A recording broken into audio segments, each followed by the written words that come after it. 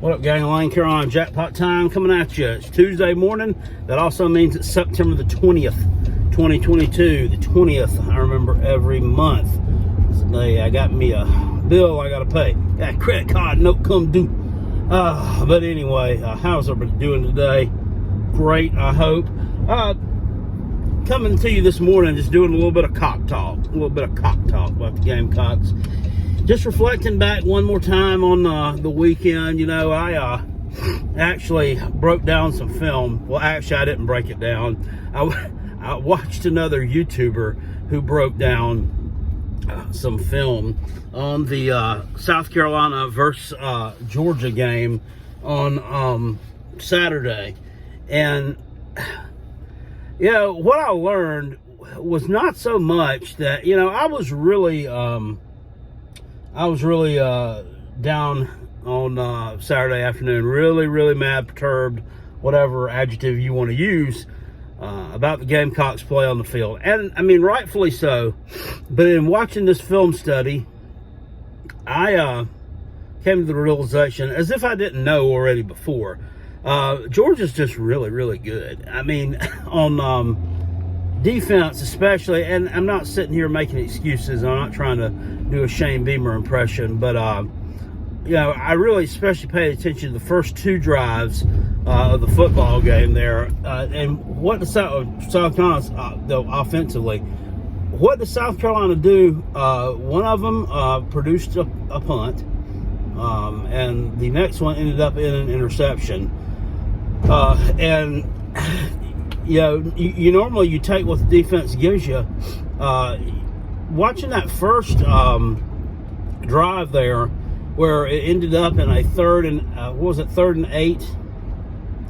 They put Dak Joyner in the Wildcat. Well, you know, everybody in the building knows that you're going to run the ball, and that's like I mean, how many yards rushing has Georgia given up the past 2 years? Like 17. So that was a dumb play call, and we all know that. And then just watching, you know, some of the reads that some of these Georgia guys take, and you know, just how football intelligent they really are, and just the speed that they have, you don't really notice it unless you're like either on the field or you've got that particular angle, and it's really unbelievable. So they lost Saturday. I mean, lost to a far better team, and there was no chance going in that they were going to win this game. You never heard me spouting about pulling off any upsets, shocking the world, blah, blah, blah. I wasn't doing any of that. I was just hoping they can keep it competitive. They didn't. But when you go your first two drives of the game and you end up in a punt and an interception, the interception was really poorly thrown. You don't stand a chance at keeping it competitive. You give them all the momentum. When you give a team like that all the momentum, I mean, you're just absolutely going to get crushed. And that's what they did. And in the second half, I mean, it appeared that they had quit. It was, to me, I don't think it was they had quit. I mean, it's just they had just been beaten into submission, rather. So, with that being said, let's move on to this week and this week's opponent. And I've been kind of, you know, taking a look at them, and I've looked at them throughout the season, and they are not very good, especially on defensively. On the defensive side of the ball, Charlotte is giving up over 40 points a game. They gave up, I think, 42 in their opening game to Florida Atlantic. They gave up over 40 points to William and Mary, an FCS school out of the Colonial Conference. So, yeah, they did. And then Maryland hung over half 100 on Charlotte, in Charlotte's home stadium, no doubt. And then last week, even in a win, a 42-41 win over Georgia State, they scored 42. They still gave up 41 points against a team that South Carolina held to 14. So I think there's definitely some points to be had there. And you say, well, look how bad your offense has been this year. Look how your offensive play calls. Look how bad it been. Well, I think that is true. I think, however, this week you can afford to miss a few. You can afford to have a few bad offensive play calls, and it really not hurt you. And honestly might still turn out to be a successful play, even it might not be the right play or the best play to call at that particular time. I don't really know that it hurts you against Charlotte. Just not very big up front, not good at stopping the run. So I thought should finally be able to. That's what I would like to see. We know they can throw the football. But we know we could definitely throw it to the other team. But we know that Spencer Rattler has got the capabilities of getting the passing game going. I want to see South Carolina establish the run. I want to see them run the football successfully. I want to see someone go for over 100 yards. And I would like to, as a team, see them run for at least $175, if not 200, this Saturday. I mean, certainly that is not too much to ask. And certainly I don't think the spread, I think it's 22 points, 23 points, something like that. And that's a spread I think South Carolina can cover. I don't see any reason why they shouldn't be able to. Maybe we pick up another special team score. Defensively, I could see South Carolina giving up a couple of touchdowns. I mean, they're still hurting defensively. That's where the bulk of your injuries are. So, I mean, still use this time to get some guys healthy, but still let's use this time also. Let's become productive on the offensive side of the football. I mean, because you're going to need this going down the road. The next week, the game's against South Carolina State, which is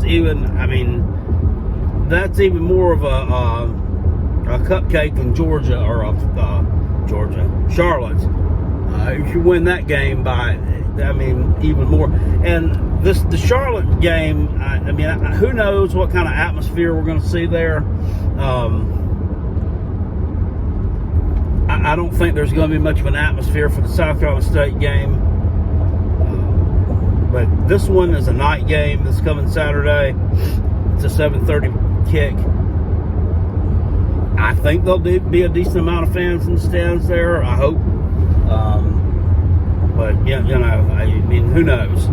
Who knows what to expect after last week's show? And I can understand why they might not show up like they did last week. But like I said, it was to be expected. You got your butt kicked by a team that's going to kick a lot of ass this year and take a lot of names. And a lot of the people over in the YouTube comment section who are sitting here chirping about South Carolina and the performance on Saturday. Well, you know what? Let's just wait to see your teams play, Georgia. Let's just wait and see it. And this is not me sitting here riding Georgia coattails either. This is not me sitting here riding Georgia coattails, and I'm not making excuses for our poor performance once again. But I want to see what happens when your teams play them. We've got Kentucky fans over here talking about beating Georgia. You're not beating Georgia. You're not going to be anywhere close. You won't be within 30 points of them. It won't be any closer than it was last year. In fact, it'll probably be worse. What did you lose to them last year? 34-13, 31-13, something like that. You're not. It won't be anywhere like that. They'll be in the 40s. They'll be in the 40s against you. I don't care if it's in your dump of a stadium or not. But anyway, that's the one that we've got to get this team. They got to get healthy for. The two kids on the defense, Mo Kaba and the Jordan Strawn. Those are not coming back.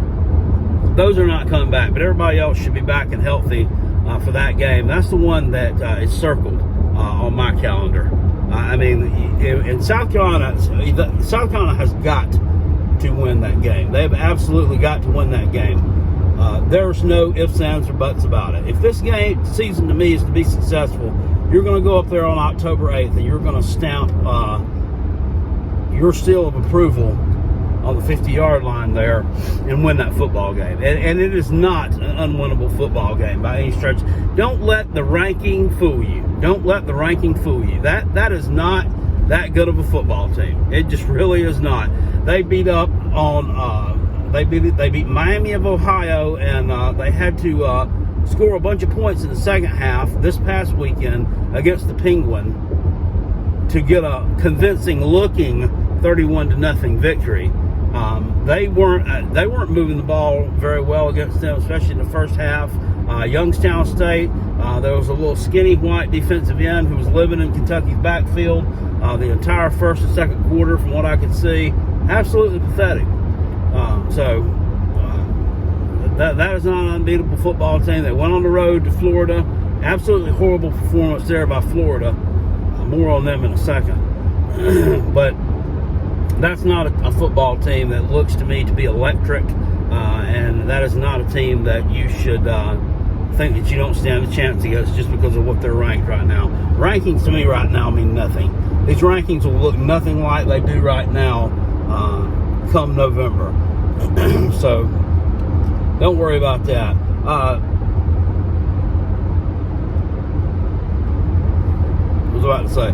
Oh, and if I'm not mistaken, I believe that Kentucky goes next week on the road to Ole Miss. And the only thing I don't know about that is they're going to lose that game. I feel very confident that they're losing that game. And when they come in to play South Carolina in Lexington the next week, do they let the Ole Miss loss beat them twice? Does that make things easier for the Gamecocks? Or are they coming there fired up? They fired up for that game against South Carolina because they lost to Ole Miss.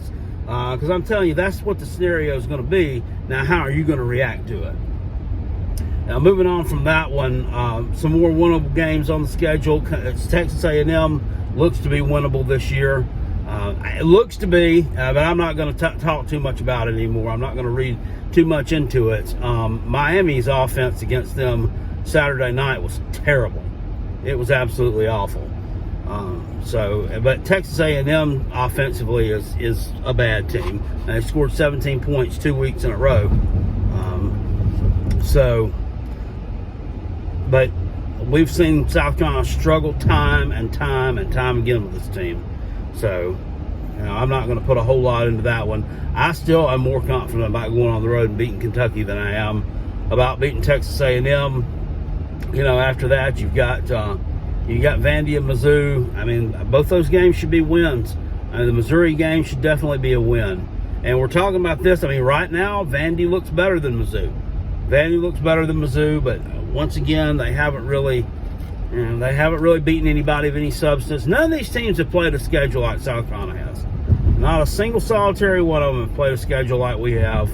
And that's good early in the season to I'm not going to say that I'd like to do this every year, but I kind of like the way the schedule fell this year, with a couple of tough games early on, and then, some time to kind of maybe get right a little bit against some lower level competition. So it is what it is. You're going to have to play them at some point in the season anyway. Better now, I guess, than to have to play Arkansas in October and gotten beaten up by them then, and then having to play some of these other tougher teams, these other tougher contests that you'll want to win down the road after the game against them. So, but it is, it's a thing also of, let's stop talking like, well, we got beat up by this team, got beat up by that team, and I'm not saying I'm out here looking for people to get injured, but I mean, South Carolina needs to beat up some teams. You need to start beating up some teams physically. I mean, are you?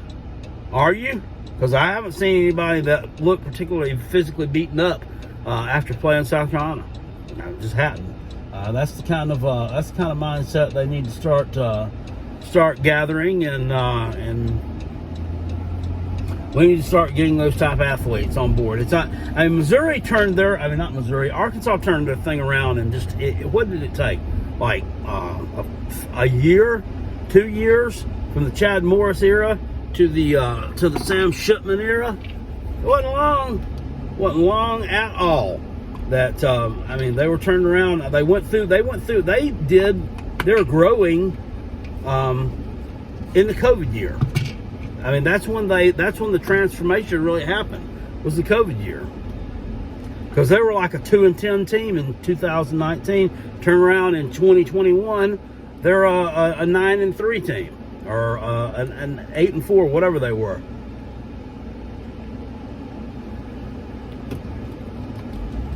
Really good job there. And what else interests me? There's some decent games this weekend.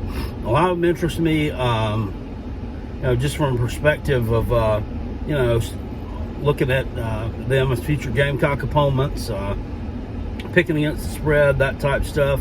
I mean, the Clemson-Wake Forest game, I think, should be a decent game at noon on Saturday. I think Clemson will win. And I don't know that Wake Forest, I mean, they should be able to keep this game competitive, though. I bet, but I don't know. Clemson's blowing them out a lot, and that trend I would expect to continue. But I mean, once again, all trends, I mean, they don't last forever. But that's how it normally goes. Then you got Tennessee taking on Florida at 3:30 on Saturday afternoon. I mean, everybody's in love with Tennessee. Everybody's, on paper, I mean, it looks like it should be a 3-touchdown win for the Vols easily. But you got to remember, this rivalry, and once again, here I am talking about trends when I just talked about bucking trends. But what, are they beating them like one time since 2005 or 2006? Absolutely terrible record against some Florida teams that have not been good. There's some that have not been good. So it makes no sense why Tennessee has such an awful record against them. I mean, I can understand their awful record against Alabama, okay? I mean, that's understandable. I mean, everybody, 95% of the teams in the country would have that record against Alabama had they played them as many times as Tennessee had. I mean, and I crack on Tennessee a lot too, but the point is, not a lot of teams have success against Alabama, and certainly not when you play them every year. But, they haven't had so much success against Florida.